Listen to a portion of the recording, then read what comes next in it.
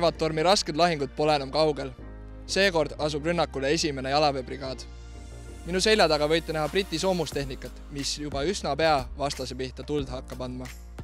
Nende vastas seisab teine jalaväebrigaad, mille üksused metsa alla agaralt kaitsepositsioone rajavad.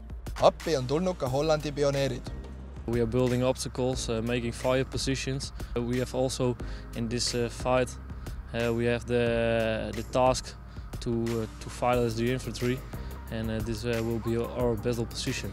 It takes a lot of preparations to build them, to integrate it with the battle positions and with the fire support. That's a great thing to do. Lisaks pioneeride rajatistele võib metsa all näha punkreid, kaevikuid ja ka tanke. Rasked lahingud ehk Kevadtormi viimane faas kestab kokku 2 päeva.